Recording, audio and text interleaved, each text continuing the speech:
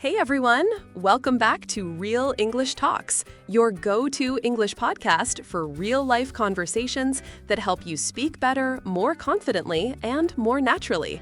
I'm Anna. And I'm Ben. Whether you're brushing up on your speaking skills or just starting out, we're here to make sure every episode helps you grow your confidence and fluency. In today's episode, we're diving into one of the most important and sometimes confusing parts of the English language, phrasal verbs. You'll learn what phrasal verbs are, how to use them correctly, and how to tell the difference between similar ones that can change the meaning completely. We'll also give you grammar tips, pronunciation practice, and a full role play so you can hear everything in action.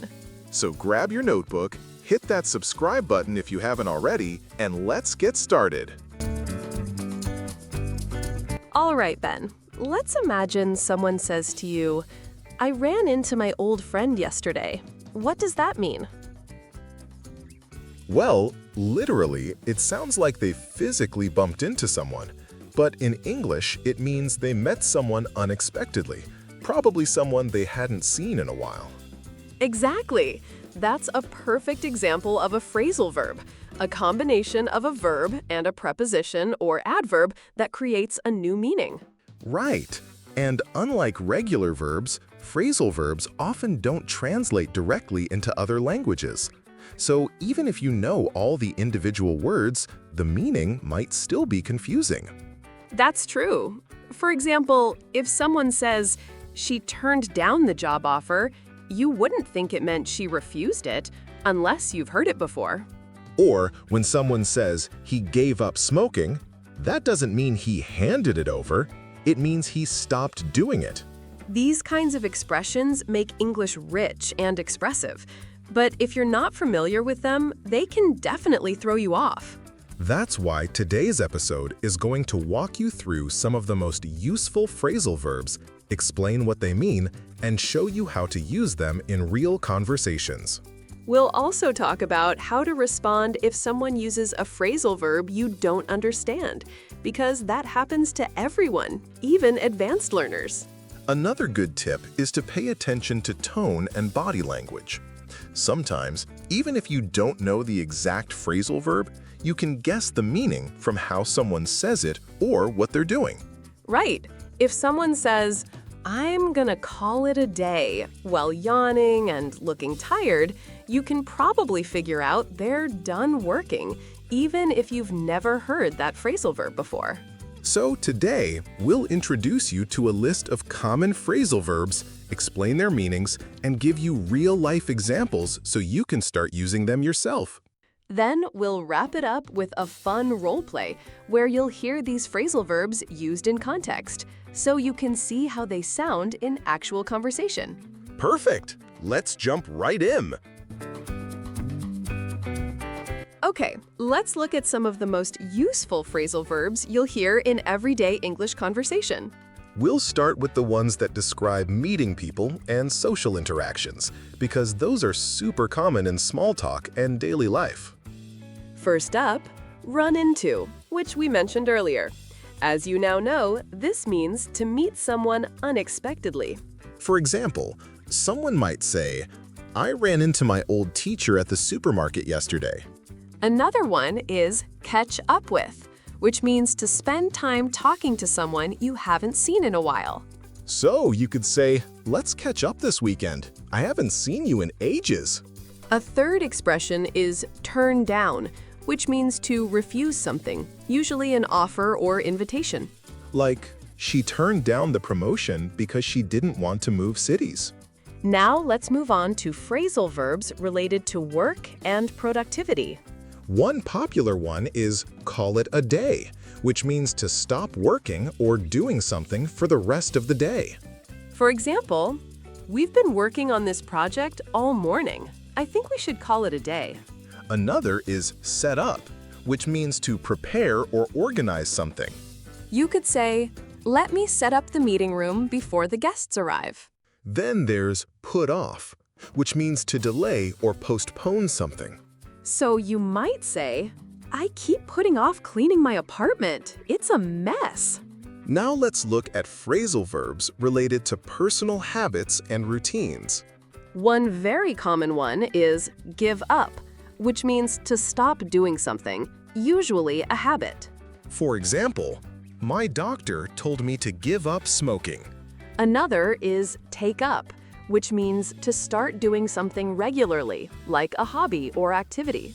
So someone might say, I took up yoga last year to reduce stress. Then there's cut down on, which means to reduce the amount of something you consume. Like, I need to cut down on sugar. I've been feeling sluggish lately. Next, let's explore phrasal verbs related to travel and movement. One of the most famous ones is drop off, which means to leave someone or something somewhere. So you might say, can you drop me off near the train station? Another is pick up, which means to collect someone or something. For example, I need to pick up my sister from the airport later. And then there's get away, which means to take a break or go on vacation. So you could say, we need to get away this weekend. We've been working non-stop. Finally, let's look at some funny or colorful phrasal verbs that are great for casual conversation. One of my favorites is chill out, which means to relax or calm down. So you might say, hey, chill out. Everything's going to be fine. Another fun one is hang out, which means to spend time with friends in a relaxed way. For example, do you want to hang out this weekend? And finally, lighten up, which means to become less serious or stressed. So you might say, come on, lighten up. It was just a joke. Those are just a few of the most common phrasal verbs you'll hear in English. The best way to learn them is by hearing them used in real conversations, which is exactly what we're going to do next. All right, Ben, let's take a closer look at how some of the basic conversation phrases from our worksheet can be used with phrasal verbs to make your English sound even more natural. Right. While those phrases like nice to meet you or same here are great for starting conversations, combining them with common phrasal verbs helps you build longer, more expressive sentences. Exactly. For example, when someone says, nice to meet you, you might respond by asking, so, where are you from? Which is one of the key phrases from our worksheet. And if they say, I'm from Japan, you could follow up with something like, oh, I've always wanted to go there. Did you grow up there, or did you move later in life? That's a great way to keep the conversation going. And notice how we used the phrasal verb grow up, meaning to live somewhere while you're a child. Yes. So instead of saying, did you live there as a child? You can say, did you grow up there? It sounds more natural and conversational. Another example is the phrase, same here, from the worksheet. That's a short version of, the same thing applies to me, but it's much easier to use in real talk. And we can combine that with phrasal verbs too. For instance, if someone says, I stayed up late last night, you can reply, same here. I didn't get to bed until after midnight. Or if someone says, I gave up trying to understand phrasal verbs, you can say, same here. I used to feel the same way. Exactly. The point is, once you know these basic expressions, you can mix and match them with phrasal verbs to express yourself more clearly and naturally. Let's look at another phrase from the worksheet, could I? This is a polite way to introduce a question, especially if it's personal or sensitive. So instead of just asking, how old are you, which can come off as direct, you can soften it by saying, could I ask how old you are? And again, we can pair this with phrasal verbs. For example, if you're curious about someone's job history, you might say, could I ask how long you've worked at your current company? Or, could I ask what made you switch jobs recently? Here, switch jobs is a phrasal verb that means to change from one job to another.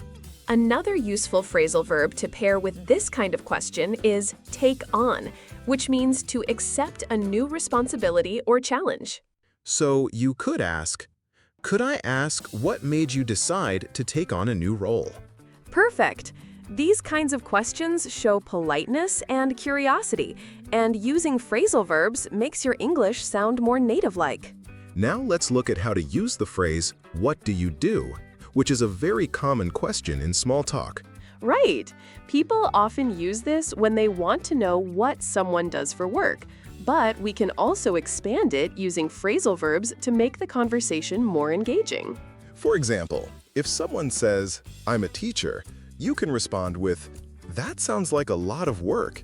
Do you find it rewarding, or do you ever think about switching careers?" Here, switch careers is another phrasal verb that means to change from one career path to another. You could also ask, "Do you work from home now, or do you still go into the office every day?" using the phrasal verb go into to mean physically attending a workplace. These kinds of follow-up questions help you learn more about the person while giving you a chance to use and hear more phrasal verbs in action. And remember, the best way to learn phrasal verbs is by hearing them used in real-life situations. That's why today's roleplay will give you a chance to see and hear them being used naturally. Exactly. Now, let's take a short break and talk about how phrasal verbs work in terms of grammar, because understanding their structure helps you use them correctly. Now let's take a closer look at the grammar behind phrasal verbs. One of the most important things to understand is whether a phrasal verb is separable or inseparable, because that affects how you use it in a sentence. Separable phrasal verbs allow you to put the object between the verb and the preposition or adverb.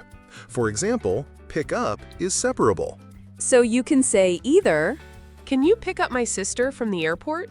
"Can you pick my sister up from the airport?" But not all phrasal verbs work like that.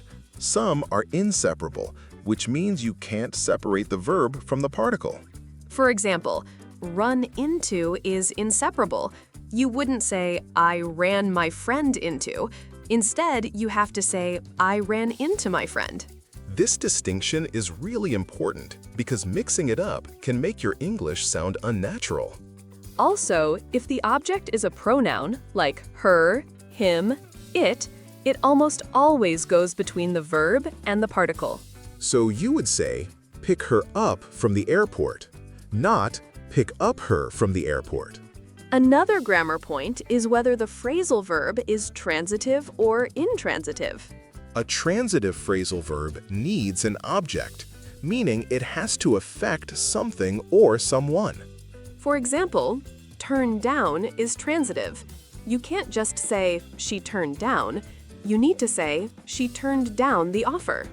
On the other hand, an intransitive phrasal verb doesn't require an object. For example, show up, which means to arrive somewhere unexpectedly. So you can say, "He showed up without telling anyone. No object needed."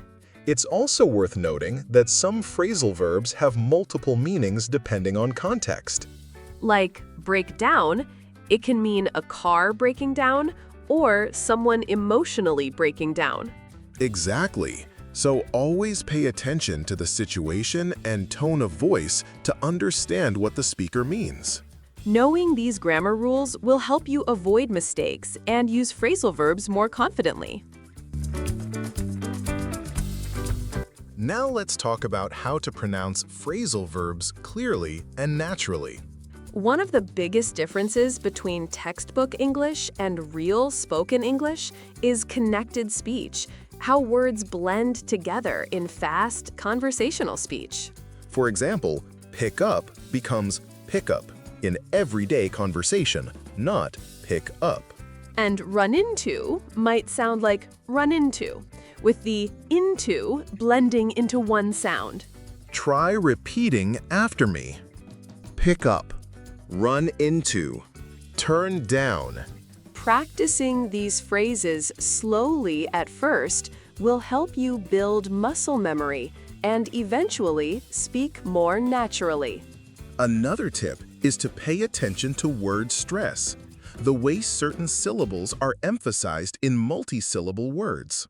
For example, in the phrasal verb pick up, The stress is on the first word, pick up. Stress changes meaning in some words too. For example, to set up is a verb phrase, but a setup is a noun, and the stress moves accordingly. Paying attention to stress patterns will help you sound clearer and more native-like. Also, don't forget about intonation, the rise and fall of your voice when speaking. Rising intonation at the end of a sentence makes it sound like a question, while falling intonation makes it sound like a statement. So if you say, "Did you pick them up?" with rising intonation, it sounds like a question. But if you say, "Yes, I picked them up," with falling intonation, it sounds like a fact. Playing with intonation helps you sound more expressive and engaged in the conversation.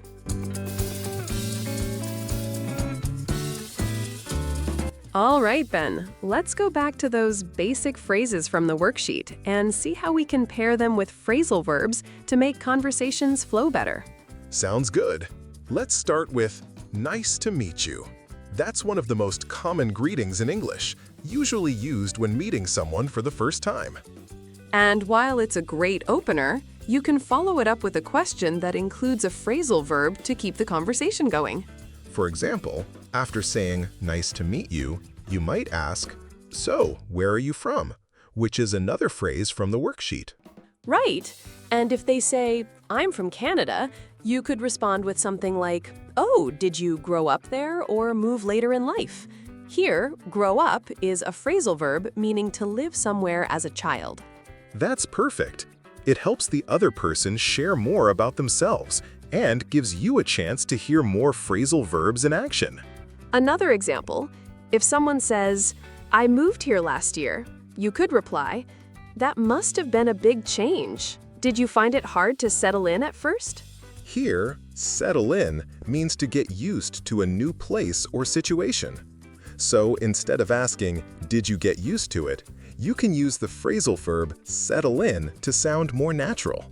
Exactly. These small changes make your English sound more fluent and conversational. Now let's look at the next phrase. What do you do? This is a very common way to ask about someone's job or profession. And again, we can combine this with phrasal verbs to expand the conversation. For instance, if someone says, "I work in marketing," you could ask, "Do you enjoy what you do, or are you thinking about switching careers?" Here, switch careers is a phrasal verb that means to change from one career path to another. You could also ask, "Have you always worked in marketing, or did you come into it later on?" In this case, come into means to enter a field or profession.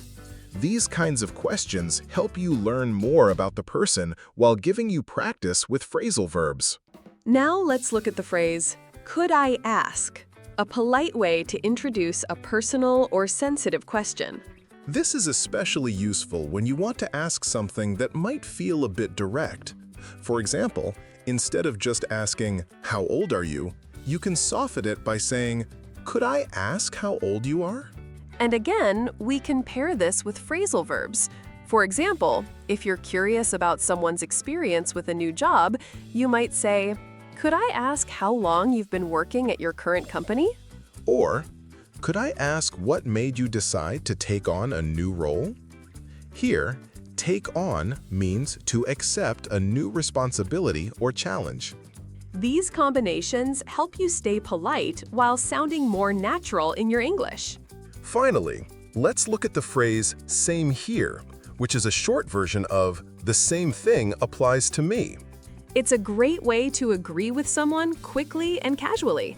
For example, if someone says, "I stayed up late last night," you can reply, "Same here." And we can even combine this with phrasal verbs. For instance, if someone says, "I gave up trying to understand phrasal verbs," you can say, "Same here. I used to feel the same way." Or if someone says, "I'm planning to move abroad soon," you could say, "Same here. I've been thinking about doing the same thing for a while now." These kinds of responses show that you're listening and connecting with what the other person is saying, all while practicing phrasal verbs. So remember, once you know these basic expressions, you can mix and match them with phrasal verbs to express yourself more clearly and naturally. Exactly. And now, let's take a short break and talk about some grammar rules that apply specifically to phrasal verbs.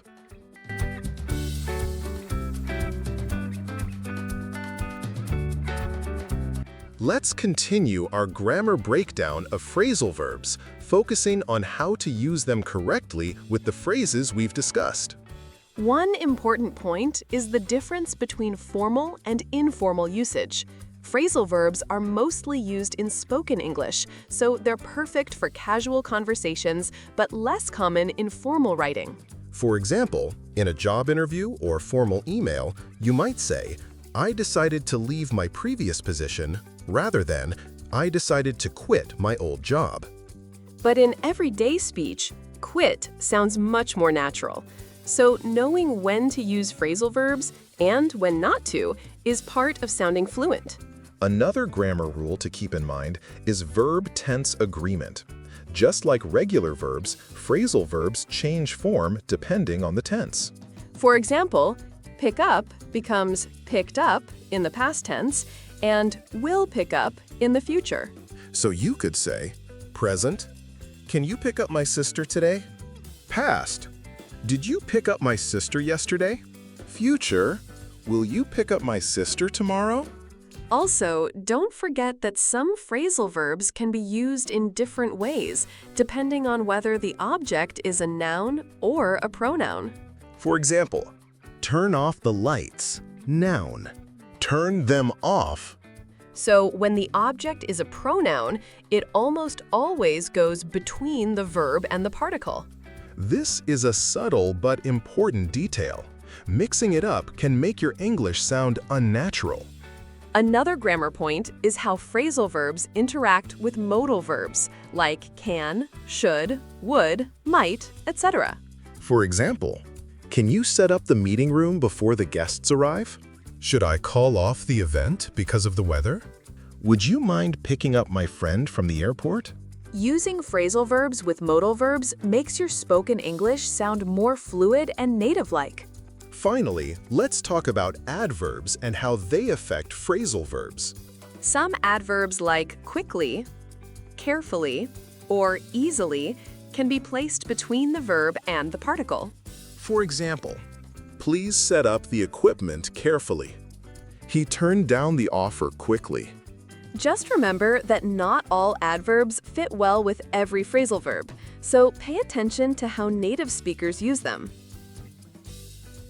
Knowing these grammar rules will help you avoid mistakes and use phrasal verbs more confidently.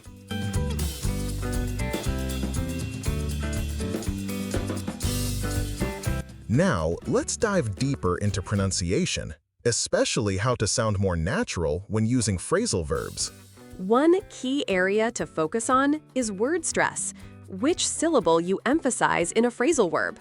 In many cases, the stress falls on the particle, the preposition or adverb, rather than the verb itself. For example, in pick up, the stress is on up. Pick up. In contrast, in turn down, the stress is on down. Turn down. This subtle shift in stress can change how natural your speech sounds. Try repeating after me. Pick up, turn down, run into, set up. Practicing these slowly at first will help you build muscle memory and eventually speak more naturally. Another important aspect is connected speech, how words blend together in fast conversational English. For example, could I ask often becomes could he ask in spoken English. And same here might sound like some here, with the two words blending slightly. Try repeating after me. Could I ask? Same here. Nice to meet you. Mastering connected speech is one of the best ways to sound more like a native speaker. Also, don't forget about intonation, the rise and fall of your voice when speaking. For example, when asking a question like, "Could I ask how old you are?" Your intonation should rise at the end. But when making a statement like, same here, your intonation should fall at the end. Playing with intonation helps you sound more expressive and engaged in the conversation. Remember, the goal isn't to sound perfect, but to sound natural, and that comes with practice and exposure. All right, Ben, let's keep exploring how to combine the basic conversation phrases from our worksheet with phrasal verbs to make your English sound more natural and expressive. Exactly. The 5 key phrases, nice to meet you, where are you from, what do you do, could I ask, and same here are perfect for starting conversations. But if we want to keep them going, we need to add more depth using phrasal verbs. Right. So far, we've paired these phrases with phrasal verbs like grow up, settle in, take on, and pick up. Now let's bring in some new ones that will help you expand your vocabulary even further. Let's start by looking at how to use nice to meet you with phrasal verbs that describe relationships or connections between people. For example, after saying, nice to meet you, you might follow up with something like, how do you know the host? Or, did you come with friends? And here's where we can introduce the phrasal verb get along with, which means to have a friendly relationship with someone. So you could say, do you get along well with your coworkers? Or, I hope you're getting along with everyone here. That's a great way to learn more about someone while practicing useful phrasal verbs. Now let's look at the phrase, where are you from?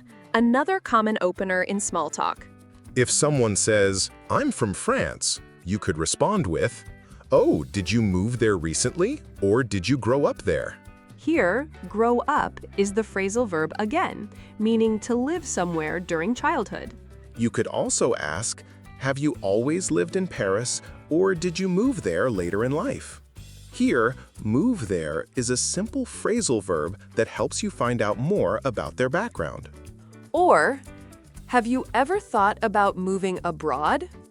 In this case, moving abroad uses the phrasal verb move plus the adverb abroad to mean relocating to another country. These kinds of questions help you connect better with the person and give you more practice using phrasal verbs in real time. Next, let's revisit the phrase, what do you do? A great way to ask about someone's job or profession. If someone says, I'm a graphic designer, you could ask, do you work from home now? Or do you still go into the office every day? Here, go into is a phrasal verb that means to physically attend a workplace. You could also ask, are you working on any big projects right now? Using the phrasal verb working on to mean focusing on a task or assignment. Another option, have you always worked in design or did you switch careers later on?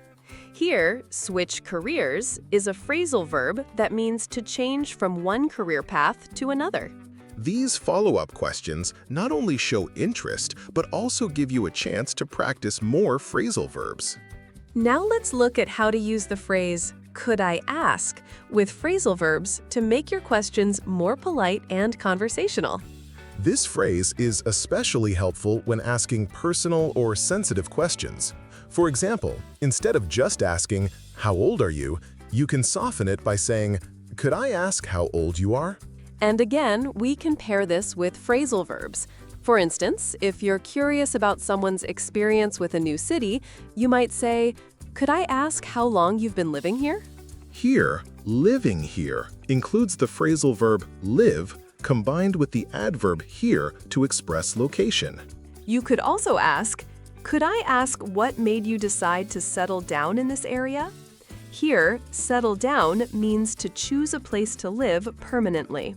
These kinds of questions show politeness and curiosity, and using phrasal verbs makes your English sound more native-like. Finally, let's look at how to use the phrase same here with phrasal verbs to agree with someone in a more engaging way. This phrase is super useful for showing agreement quickly and casually. For example, if someone says, I stayed up late last night, you can reply, same here.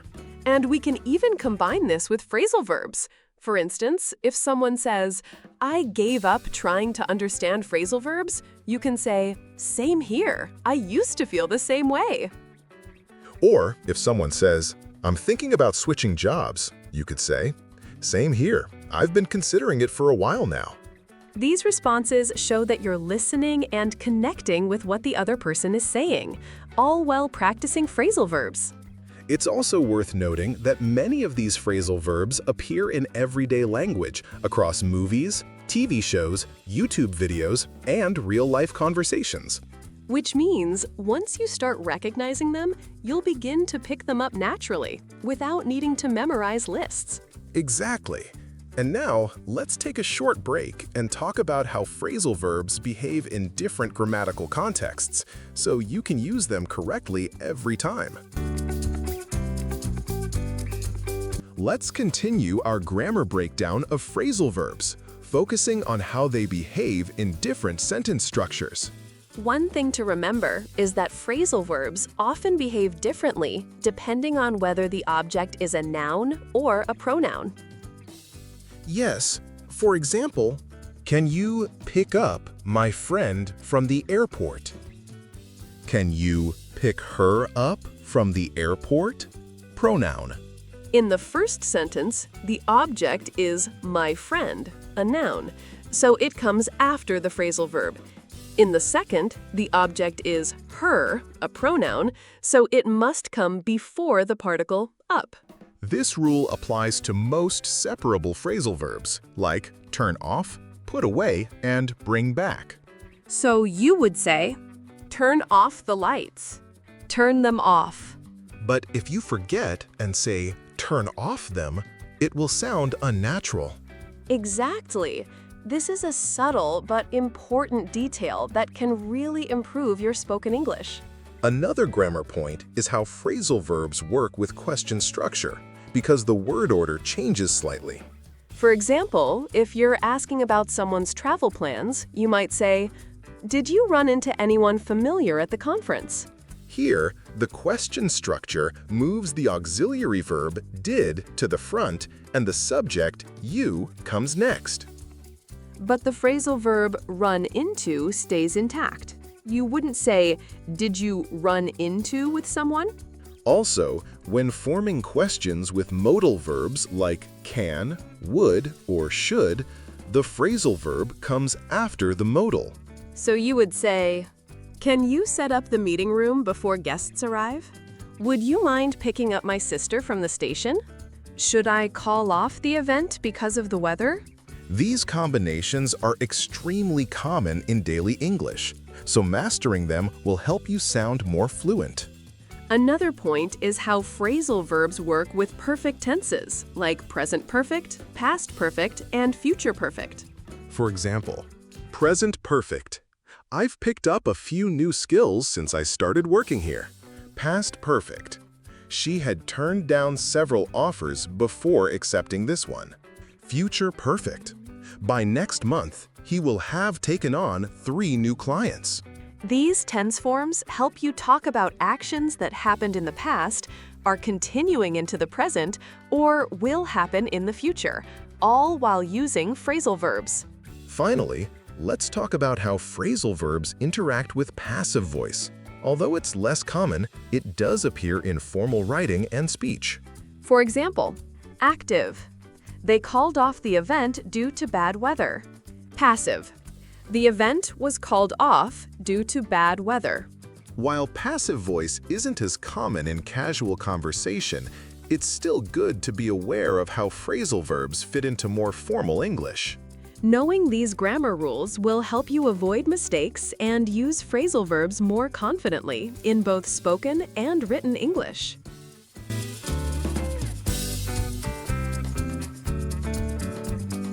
Let's keep working on pronunciation, especially how to use intonation, stress, and rhythm with phrasal verbs. One of the biggest differences between textbook English and real spoken English is the way connected speech works, how words blend together in fast, conversational speech. For example, pick up becomes pick up, in everyday conversation, not pick up.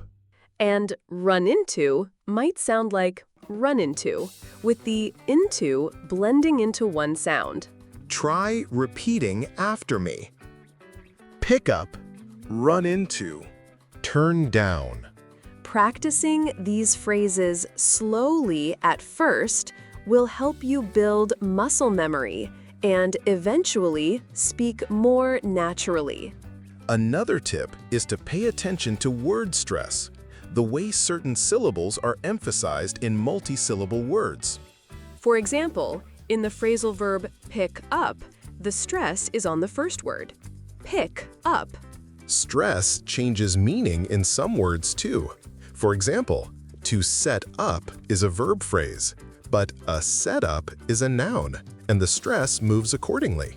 Paying attention to stress patterns will help you sound clearer and more native-like. Also, don't forget about intonation, the rise and fall of your voice when speaking. Rising intonation at the end of a sentence makes it sound like a question, while falling intonation makes it sound like a statement. So if you say, "Did you pick them up?" with rising intonation, it sounds like a question. But if you say, "Yes, I picked them up," with falling intonation, it sounds like a fact. Playing with intonation helps you sound more expressive and engaged in the conversation. Let's try a few examples together using the phrases from the worksheet and combining them with phrasal verbs. Perfect. Let's slow things down and focus on each word. Then speed it up as we get more comfortable. Ready? Let's go! First, let's practice. Could I ask? Same here. Nice to meet you. Where are you from? What do you do? Now let's add phrasal verbs. Did you grow up there? Have you settled in yet? Do you work from home? Did you pick up anything new lately? Are you thinking of switching careers? Try repeating after us. Could I ask how long you've lived here? Same here. I'm thinking about changing jobs too. Nice to meet you. Are you from around here?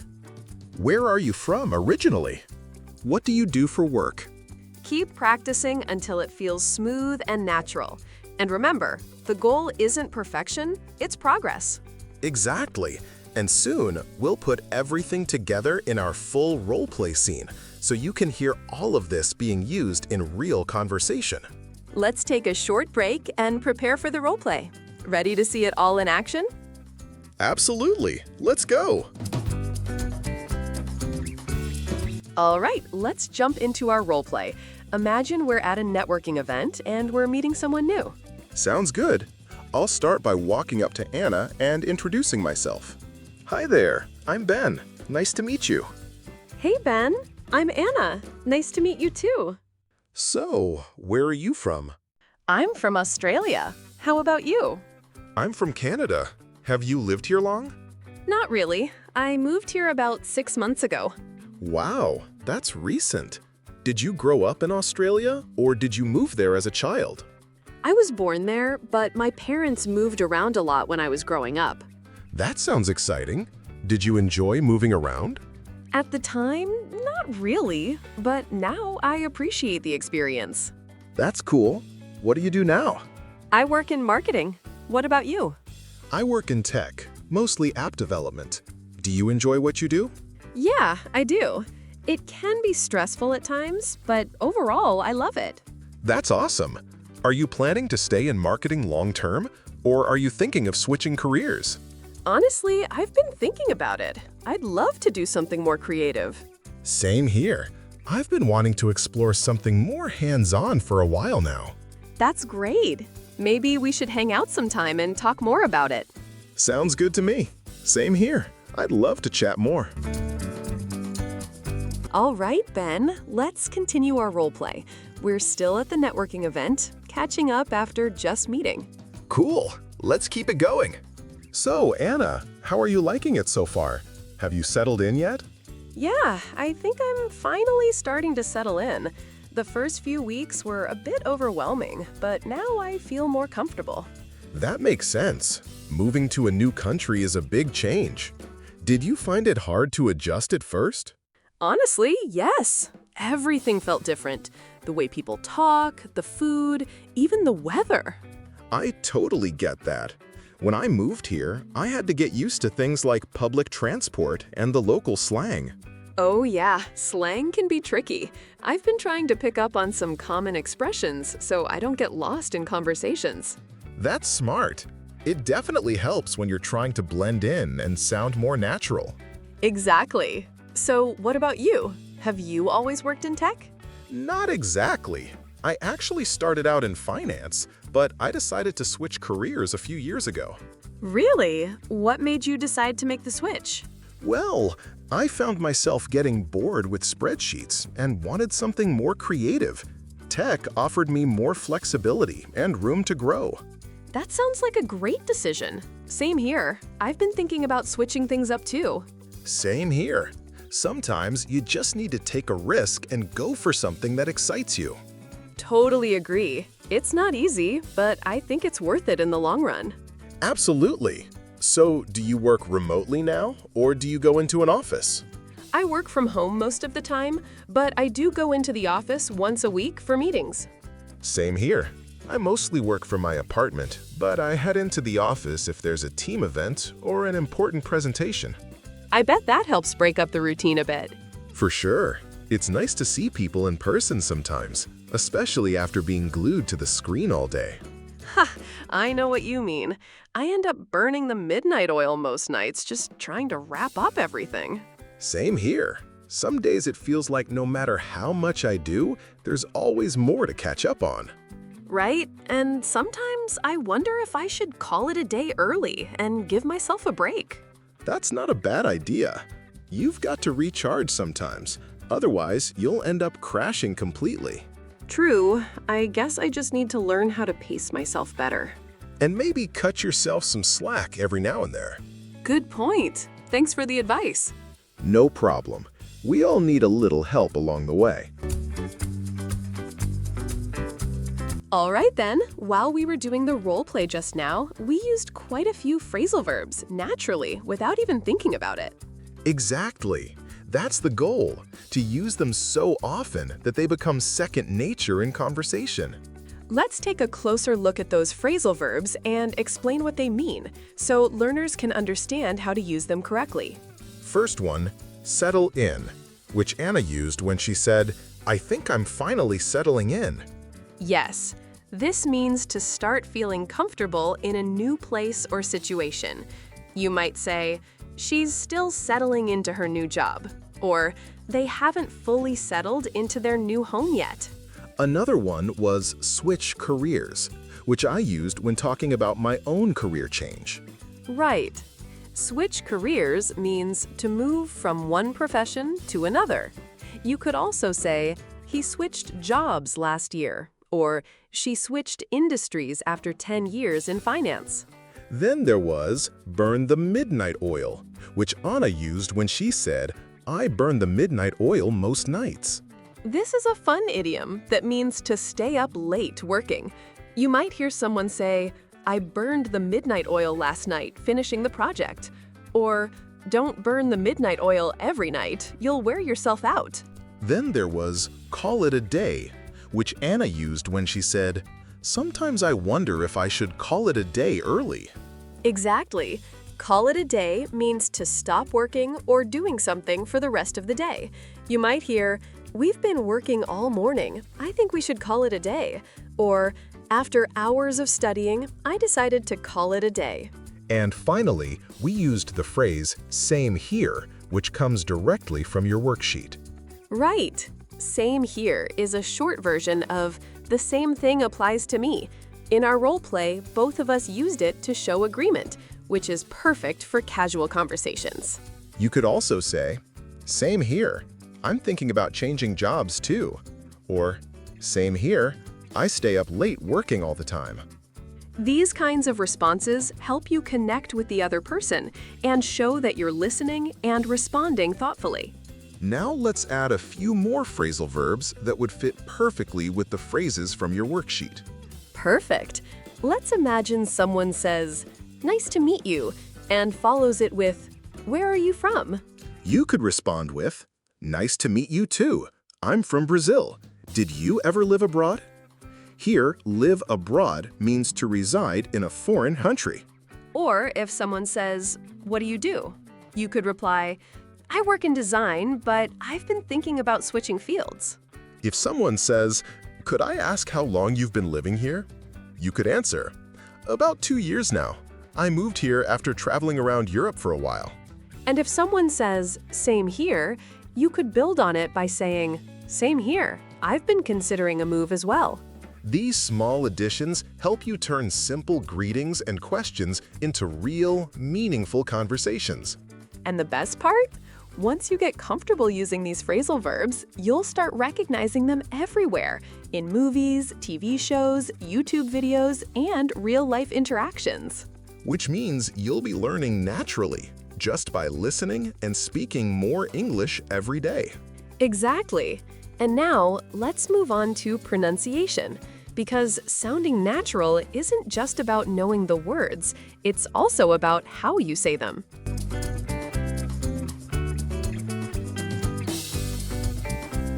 Okay, Anna, let's focus on how to pronounce some of these phrasal verbs clearly, especially when used with the basic conversation phrases from your worksheet. Great idea! One of the biggest differences between textbook English and real spoken English is how words flow together in fast speech. For example, burn the midnight oil becomes bur the midnight oil, not burn the midnight oil. And call it a day might sound like call it a day, with the it blending into the next word. Try repeating after me. Burn the midnight oil. Burr the midnight oil. Call it a day. Settle in. Practicing these slowly at first will help you build muscle memory and eventually speak more naturally. Another tip is to pay attention to word stress, the way certain syllables are emphasized in multi-syllable words. For example, in pick up, the stress is on the first word, pick up. In contrast, in turn down, the stress is on the second word, turn down. Paying attention to stress patterns will help you sound clearer and more native-like. Don't forget about intonation, the rise and fall of your voice when speaking. Rising intonation at the end of a sentence makes it sound like a question, while falling intonation makes it sound like a statement.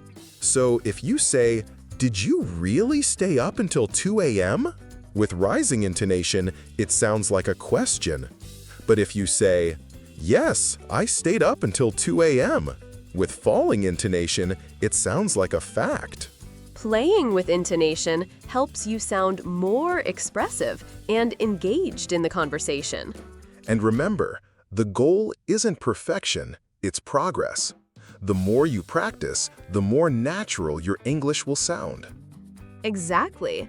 And now, let's keep building the role play and introduce a few more phrasal verbs to round out the section.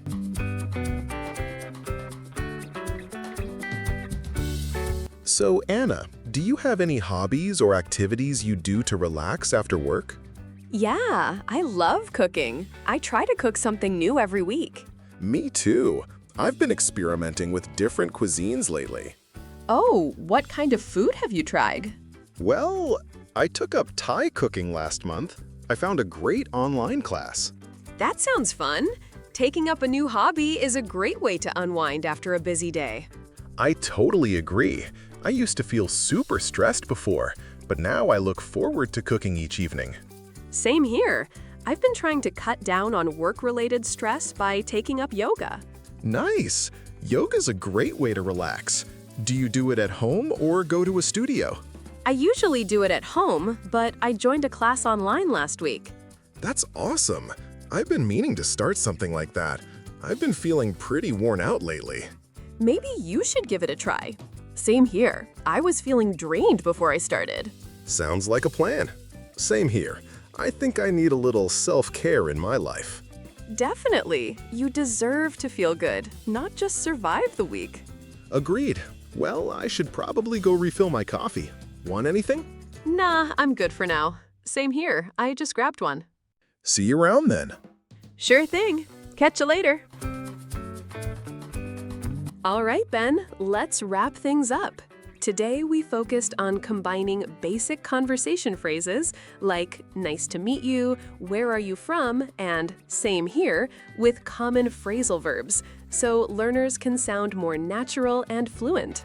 We explored how these simple expressions can be paired with phrasal verbs like grow up, settle in, switch careers, burn the midnight oil, call it a day, take up, cut down on. And by using them together, learners can build longer, more meaningful conversations without sounding robotic or textbook-like. We also practiced pronunciation, stress, intonation, and sentence structure, all important for sounding like a native speaker. The goal wasn't just to memorize phrasal verbs, but to understand how they work in real-life situations and how to use them confidently. So whether you're meeting someone new, catching up with friends, or even job hunting, knowing how to combine basic phrases with phrasal verbs helps you connect better with others in English. Exactly. And now that we've heard all of this in action through our role-play scenes, you should feel more comfortable trying it out yourself. Let's do a quick recap of the main phrases from your worksheet and how we use them in combination with phrasal verbs today. Starting with, nice to meet you, a polite greeting. We used it to start a conversation and then followed it up with questions like, how did you get into marketing? Or, did you grow up here? Next, where are you from? Which we paired with phrasal verbs like move there, grow up, and settle in to ask follow-up questions and keep the conversation going. Then, what do you do?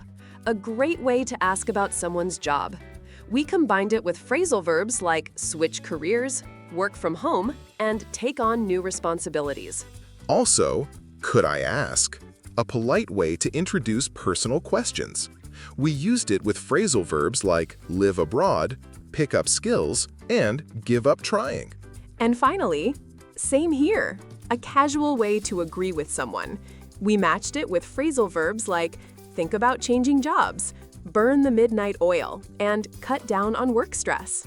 These combinations help you express yourself more clearly and naturally, which is exactly what we're aiming for in every episode. Exactly. So if you're watching this and want to practice, try using one of these phrase plus phrasal verb combos in your next conversation and see how much smoother your English becomes. Let's end with a quick pronunciation review of some of the most commonly used phrasal verbs from today's episode. Try repeating after us slowly at first, then speed it up as you get more comfortable. Nice to meet you. Where are you from? What do you do? What do you do? Could I ask? Grow up. Grow up. Settle in. Switch careers. Burn the midnight oil. Call it a day. Take up. Cut down on. Try saying each one slowly. Then gradually increase your speed until it feels natural. And remember, the more you hear and use these phrases, the easier they'll become. Don't forget to download your free worksheet for this episode. It includes all the vocabulary, example sentences, and exercises from today's lesson. You'll find all the phrasal verbs we used, example sentences, role-play transcript, practice exercises, conversation starters. It's perfect for reviewing what you learned and practicing on your own or with a language partner. Grab your copy below and start speaking more naturally in English today. That's it for today's episode of Real English Talks. If you found this helpful, don't forget to hit that like button, subscribe, and turn on notifications so you never miss an episode. Thanks for watching, and see you next time on Real English Talks. Stay curious, keep practicing, and speak better English every day.